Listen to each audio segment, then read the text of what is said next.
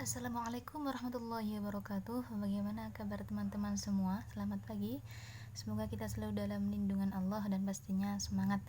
Oke, di sini kami akan mempresentasikan tentang Khawarij dan Murji'ah.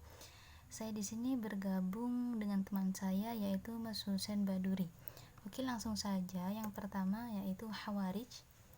Khawarij dalam terminologi ilmu kalam adalah suatu sekte atau kelompok aliran pengikut Ali bin Abi Thalib yang keluar meninggalkan barisan karena tidak sepakat terhadap Ali yang menerima tahkim dalam perang Siffin pada tahun 37 Hijriah atau 648 Masehi dengan kelompok pemberontak yaitu Muawiyah bin Abi Sufyan perihal persengketaan khilafah.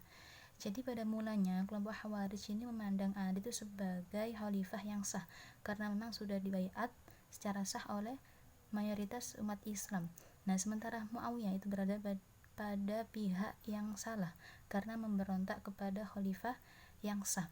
Nah, kemudian pada saat itu pada perang Siffin, ketika puncak-puncaknya perang Siffin, kelompok Ali ini memperlihatkan kemenangannya yang akhirnya kelompok Muawiyah ini merasa bahwa kelompoknya ini akan mengalami kekalahan yang akhirnya dari kelompok Muawiyah ini mengangkat Al-Quran di atas ujung tombak sebagai tanda untuk perdamaian dengan kelompok Ali bin Abi Thalib.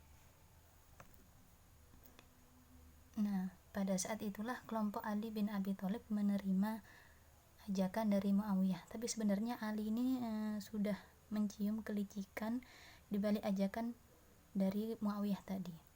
Nah, ketika itulah sebagian kelompok dari Ali itu mengundurkan diri karena Ali menerima hal tersebut. Kemudian yaitu doktrin-doktrin Khawarij. Yang pertama, khalifah itu harus dipilih secara umum dan bebas oleh umat Islam. Jadi tidak harus dari keturunan Arab.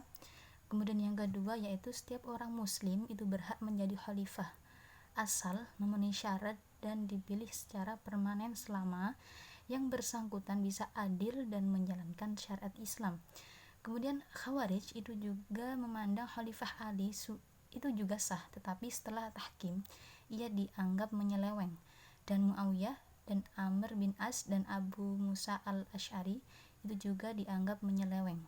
Kemudian yang ketiga yaitu pada poin teologi tentang dosa besar, diantaranya yaitu seorang yang berdosa besar tidak lagi disebut muslim, karenanya harus dibunuh.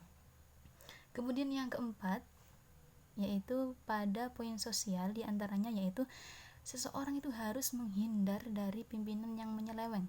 Adanya orang baik harus masuk surga, sedangkan yang jahat harus masuk neraka. Kemudian kelompok Khawarij ini juga memalingkan dan mengikuti ayat-ayat Al-Quran yang mutasyabihat.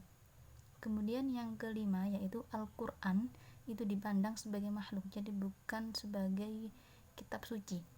Kemudian menurut kelompok Khawarij, manusia itu bebas menentukan perbuatannya, bukan dari Tuhan.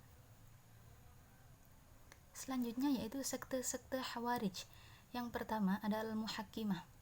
Nah, pada poin A di bawah, mereka dipandang sebagai golongan Khawarij asli karena terdiri dari pengikut Ali yang kemudian membangkang. Nah, nama Al-Muhakkimah ini berasal dari semboyan la hukma ilallah. Kemudian mereka menganggap kafir orang-orang yang berbuat dosa besar. Kemudian yang kedua ada Al-Azariqah. Jadi kelompok Al-Azariqah ini menganggap bahwa semua orang Islam itu yang menolak ajaran mereka itu dianggap musyrik, dianggap tidak benar. Jadi selain ajaran mereka itu salah. Kemudian yang ketiga ada An-Najdat. Jadi kelompok ini tuh menolak ajaran Al-Azariqah. Bagi An-Najdat, dosa kecil itu bisa berkembang menjadi besar apabila dikerjakan secara terus-menerus. Dan mereka juga menganggap sebagian orang itu taqiyah.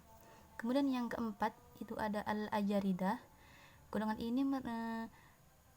Al-Ajaridah ini tuh mereka tuh lebih moderat. Kemudian yang kelima ada As-Sufriyah. Kelompok ini tuh berpendapat bahwa yang paling penting adalah istilah kafir. Jadi As-Sufriyah ini memandang kafir itu dibagi menjadi dua.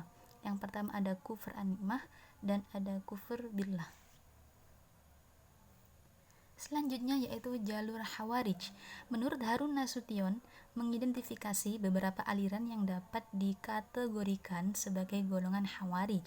Yang pertama yaitu mudah mengkafirkan orang yang tidak segolongan dengan mereka walaupun orang itu adalah penganut agama Islam. Kemudian yang kedua, Islam yang benar adalah Islam yang mereka fahami dan amalkan, sedangkan Islam golongan lain tidak benar. Kemudian yang ketiga, orang-orang Islam yang tersesat masuk dan menjadi kafir itu perlu dibawa kembali ke dalam Islam yang sebenarnya, yaitu Islam seperti yang mereka faham dan amalkan.